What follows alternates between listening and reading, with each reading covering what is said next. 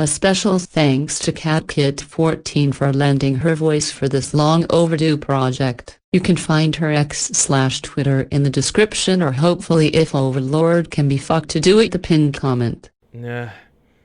Oh, fuck. Oh, you're finally awake. About damn time. Who the hell are you? Well, let's just say you have some unfinished business after you blew your brains out. Oh. The dev thought blowing your brains out was not really needed, so he has decided to try and make you play the game some more. I already have the game booted, and it's your job to review it. Fuck my life. For those who are new here, Road of a Gods was a game that had less than ideal graphics when me starting to review 18 plus games.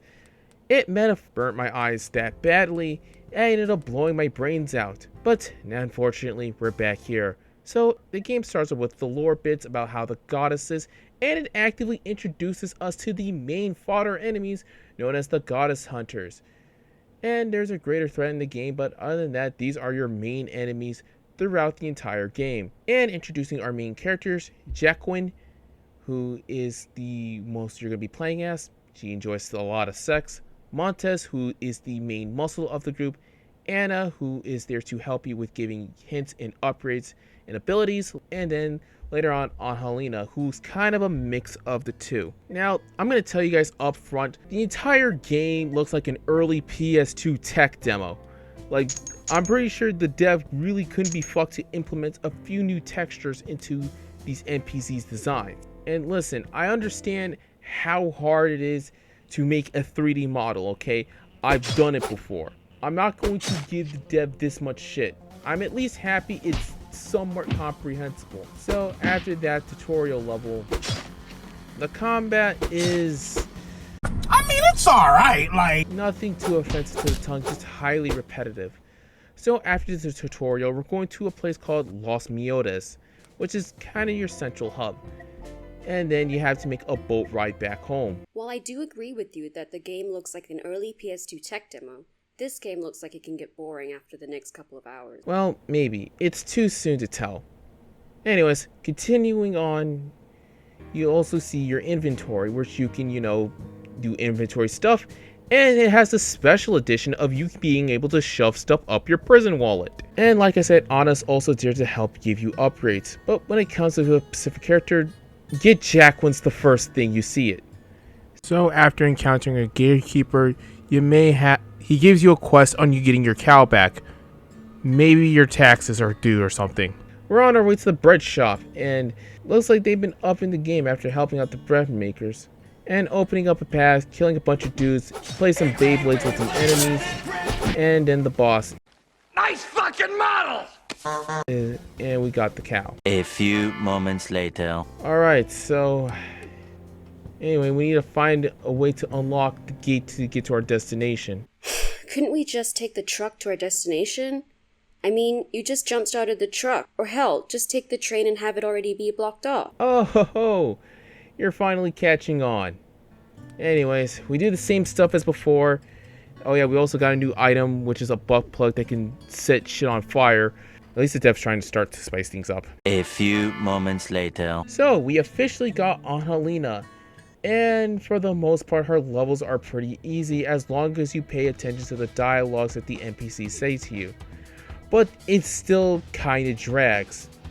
I mean, like, does this level really needs to be this fucking long? So after another snog, we need to find a scientist named Hanina. And after we do some quick gardening and capture some fairy essences, next is we go Gravekeep. Okay, fuck this, you're done. I'm not dealing with another god knows how many hours of this game. I feel like the dev thought each level of the game itself was too short, so he just decided to bloat the game. I honestly can't help but to agree with you. This game is kind of like eating paste for breakfast, lunch, and dinner. The levels, like I said, are previously easy, but as long as you're paying attention to the dialogue that the NPCs say to you, but doesn't really help the fact that the levels themselves are very drawn out.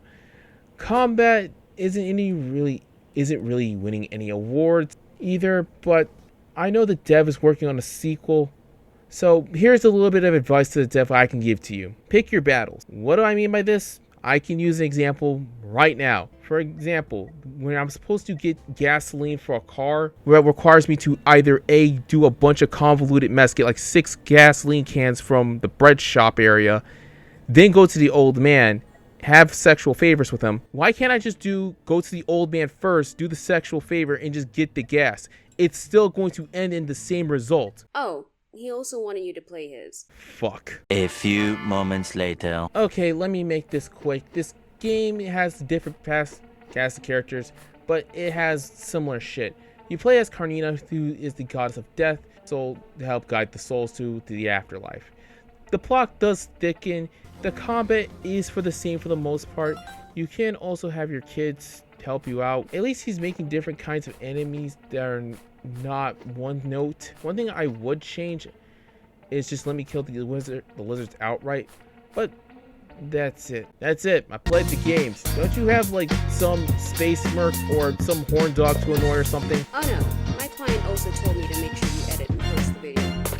Fuck. Once again, thank you to CatKit for lending her voice for this project. Thank you to JSRF Mod Central for asking about this revisit, and thank you the viewer for watching this month's overdue project. So if you really enjoyed this video, please like, comment, subscribe and hit the bell for uploads and community post, and follow Overlord on the likes of X and Pixiv.